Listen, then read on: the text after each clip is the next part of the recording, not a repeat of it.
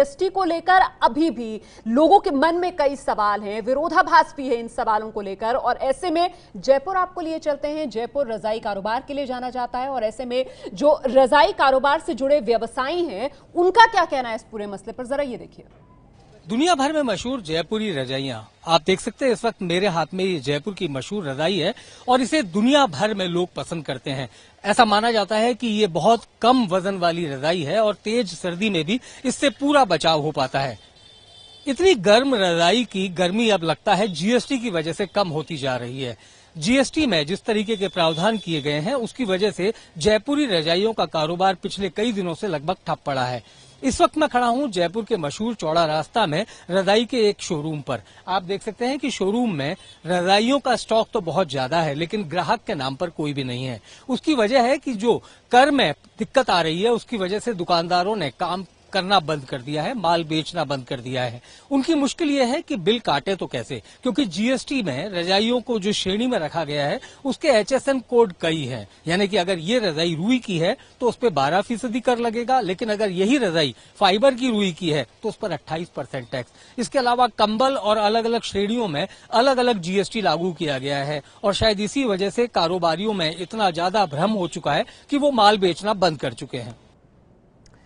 तो ये तो आपने जयपुर से रिपोर्ट देखी। अब हम आपको उत्तर प्रदेश के मेरठ लिए चलते हैं। मेरठ में सिनेमा घरों के टिकट पर जीएसटी का क्या असर, इस पर एक रिपोर्ट देखिए।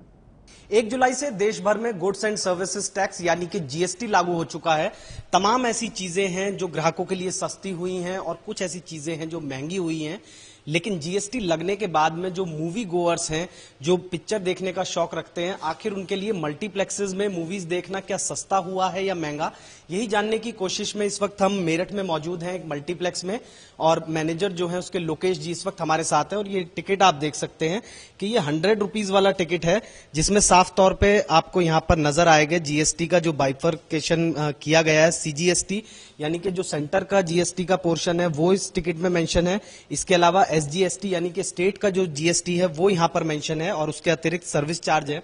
लोकेश जी, इस टिकट में आप मेरे को ये बता सकते हैं कि अब जो नया जीएसटी लगा है तो टोटल कितना जीएसटी लग रहा है, कितनी कैटेगरीज बनाई गई हैं टिकट पे जीएसटी लगाने की?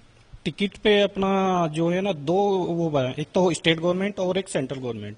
इसमें क्या है, जो 100 से अब नीचे डाउन है उसमें आपका 18% टैक्स जा रहा है और जो 100 रुपए से कम का टिकट है उस पर 18% टोटल जीएसटी जा रहा है जी। और जो 100 से अबव है 150 या 200 के आसपास है तो उसमें आपका 28% जा रहा है। टोटल 28% अभी जो टैक्स जा रहा है। पहले जो गवर्नमेंट लेती थी यूपी में वो 40% टैक्स जा रहा था, उसके मुकाबले अभी 28% है टोटल।